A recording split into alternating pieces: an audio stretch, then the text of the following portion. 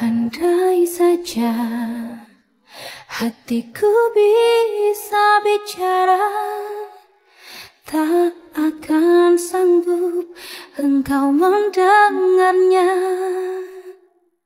Jeritan hati menahan kesakitan,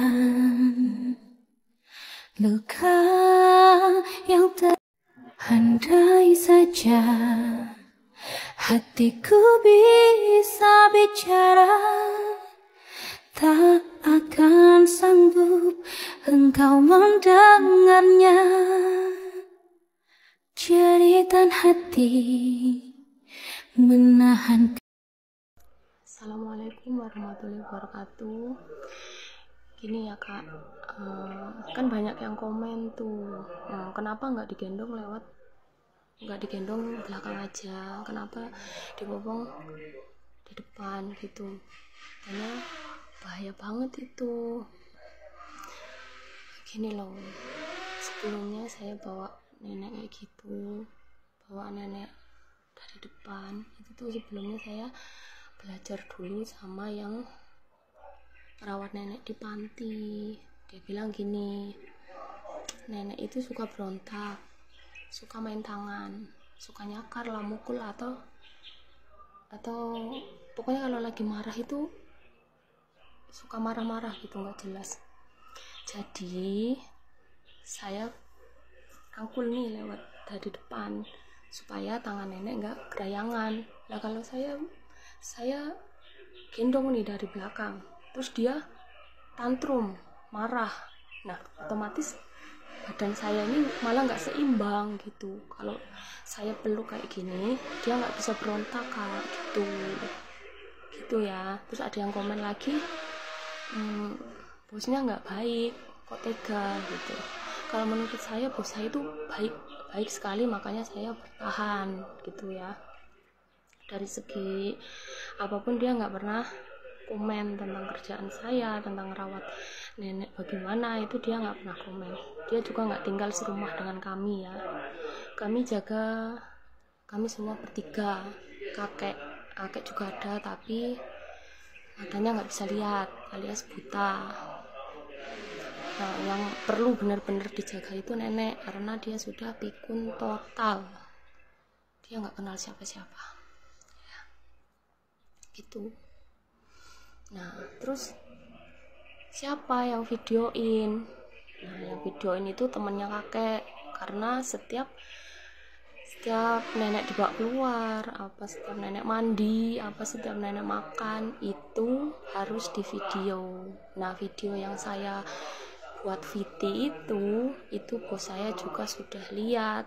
Nah katanya akan diusahakan kursi yang buat naik turun itu. Jadi kasih, kalau yang Anda bilang bahaya mbak, ya jelas bahaya itu. Tapi kita lihat kondisi kita, mampu nggak kita bawa keluar si nenek itu kan. Karena kemarin dia harus ke rumah sakit, makanya saya bawa. Nah video itu pun majikan saya nggak berkomentar apa-apa, nggak berkomentar kok kayak gitu bawanya, kok bahaya banget gitu, enggak. Majikan saya nggak kayak gitu. Kasih. Halo guys, jumpa lagi dengan aku Nana. Di video kali ini mungkin si Mbak Ina juga ini harus melihat video si Mbak ini ya. Yaitu juga menjaga dua orang, yang satu kakeknya yang buta, terus yang satu si neneknya ini ya udah demensia seperti itu. Nah dia itu menggendong si mbaknya ini, dia itu mendapat belajar dari panti yang sebelumnya dia dapatkan seperti itu ya. Memang banyak sekali teman-teman kita itu yang mengusulkan itu bahaya sekali gitu loh, menggendong dari depan ya.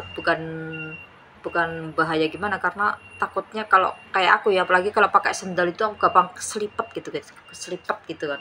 Apalagi kalau sendalnya itu yang kayak yang kayak karet gitu, itu sering banget aku keselipet jatuh. Nah ini apalagi kalau kita gendong dari depan ya kan. Ya karena mungkin si Mbaknya juga udah mahir ya, udah belajar ya, walaupun sepandai-pandainya kita ya, namanya sial juga pasti jatuh gitu takutnya ya kan. Nah tapi setelah si mbaknya ini udah ngomong baik-baik sama majikannya, setelah videonya ini viral nyampe ke majikannya, dan akhirnya si majikannya itu membelikan alat buat turun gitu kan, buat turun si majikan, mungkin seperti ini ya. Nah, ini aku dulu jaga nenek ya, nenek itu kakinya lemas guys, jadi aku beliin ini, majikan aku belikan ini, dia nggak tahu harganya berapa, ini bisa buat turun seperti itu ya.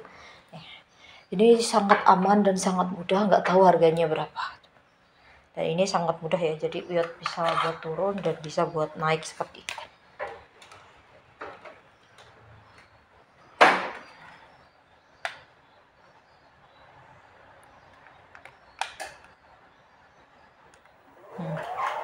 Ini seperti ini ya kan, terus itu juga bisa buat naik juga seperti ini, dan ini sangat mudah dan tidak merepotkan kita, dan juga pasien juga lebih aman karena di sini juga ada buat talinya naruh gitu kan ya.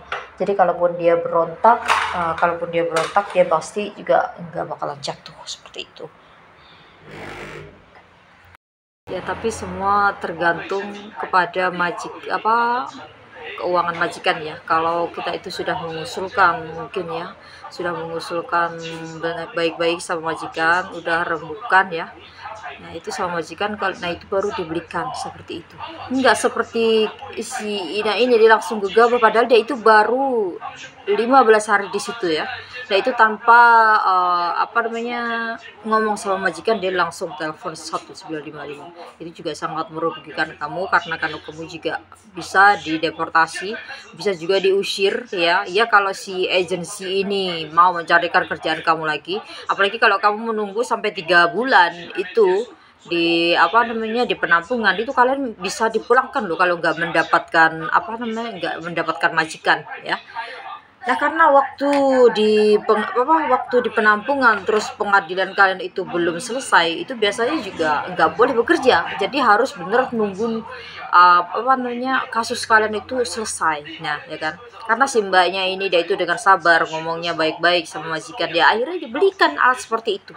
Jadi dengan mudahnya dia itu bisa bekerja tanpa harus takut si pasiennya kenapa-napa. Sorry, ini pasien aku tuh kalau dengar dengar HP itu harus keras, karena kalau nggak keras dia nggak bisa dengar gitu.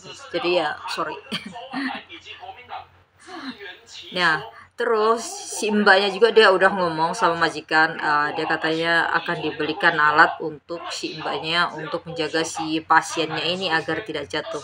Nah kalau ngomong baik-baik sama si majikan kan enak gitu loh ya kan, enak di kita, enak di majikan juga, padahal dia itu satu rumah juga sama, satu rumah dia bertiga sama akong ama seperti itu ya. Tapi kalau kitanya itu komunikasinya bagus sama majikan, kita mau naik gaji atau mau meminta sesuatu, itu enak gitu loh ya. Yang penting di sini kita itu harus bisa tahu sikonnya ya. Mungkin karena kalau ada si majikannya ini, mungkin ada ya kan, nggak semuanya majikan itu kaya raya ya. Ini ya kata kutipnya, itu nggak semuanya si majikan itu kaya raya, tetapi setidaknya dia itu bisa memberikan bagaimana pasien itu aman gitu loh, tanpa harus kita membopong seperti itu ya. Nah juga dari awal-awal datang si mbaknya juga ini udah kayak lihai gitu kan, waktu dia diajarin sama pihak panti. Tapi kalau aku mungkin kayaknya nyerah juga, nggak bisa, soalnya aku sendiri kalau jalan juga sering keselipet, apalagi kalau bawa orang itu takut sekali ya. Ini nggak bisa dicontoh ya guys. Kalau kalian nggak kuat membopong seperti ini, sebaiknya komunikasi dengan majikan baik-baik, jangan sampai kalian itu ntar takut jatuh. Mending kalau sekalian aja yang jatuh ya kenapa-napa, kalau pasien jatuh itu yang susah ya kan, karena banyak sekali kasus-kasus ya yang menjaga pasien, kalau pasiennya itu jatuh pas liburan juga itu bisa dituntut kok ya kan. Ada yang kemarin itu waktu ramai sekali itu pas ada orang Filipina atau orang apa itu, nah dia pas libur si pasien ini dijaga sama majikannya, pasiennya mati, pasiennya meninggal ya. Nah itu si majikannya nggak terima, atau gara-gara pembantunya libur si pasien meninggal, padahal posisinya si mbaknya ini dia lagi libur. Nah si yang jaga itu pasien meninggal, itu dia nggak terima. Lucunya sekali dia itu minta tolong sama itu loh, kalian tahu nggak itu yang buat sembayangan itu kan ada kayak bulan bintang itu, terus ini apa itu namanya, aku nggak tahu, lupa namanya apa. Nah, itu katanya itu juga bisa ini ya, bisa mengetahui siapa yang benar, siapa yang salah. Nah, aku tanyakan sama majikan aku tuh, apa itu? Emang bisa ya? Kalau kalau seseorang itu libur, terus yang menjaga pasien itu majikannya, terus pasiennya itu mati dan dia itu apa namanya kayak sembayangan itu, wah, aku nggak tahu namanya apalah, aku lupa. Nah, itu memang bisa ya? Bisa menentukan siapa yang benar, siapa yang salah. Itu kata bapakku juga nggak bisa itu. Sebenarnya mungkin si pasiennya ini dia memang benar-benar udah sakit parah, terus si majikan juga nggak bisa menjaganya, mungkin ya.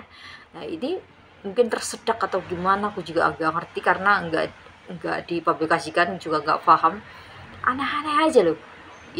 Yang jaga siapa, yang disalahin siapa. Ya itulah ya kan majikan. Kalian itu kalau ada apa-apa sebaiknya itu jaga tanya si majikannya. Apalagi kalau kita yang sudah lama-lama di sini, walaupun kita gajinya kecil ya. Dulu bukannya aku itu juga enggak pernah minta naik gaji, bukan. Aku pernah minta, tetapi si majikan ini belum mau. Dan minta naikin gaji, si majikan juga nunggu kontrak habis ya. Itu kontrak habis aku sampai 9 tahun, guys. Kontrak habis itu aku sampai 9 tahun, tapi ya nggak tahu kenapa tiba-tiba itu ada datang kayak latungci gitu ya. Latungci ya kayak ijo gitu, gue datang ke rumah. Itu si majikan kaget, dia malah tanya sama aku, "Kamu ada manggil latungci ke sini?" katanya. "Nggak ada." Terus kenapa dia tiba-tiba datang? Padahal aku nggak pernah aku nelpon-nelpon. Karena di sini gaji aku tuh utuh, guys. Cuman ya itu tadi masih gaji dulu, bukan gaji yang standar 2020 ya. Tetapi di sini gajiku utuh dan makan itu semuanya enak-enak. Maksudnya disediakan seperti kayak sampo, sabun, cuci muka itu aku pakai uang sayur, pakai uang yang dikasih sama pasien aku. Tapi aku sangat bersyukur di sini ya.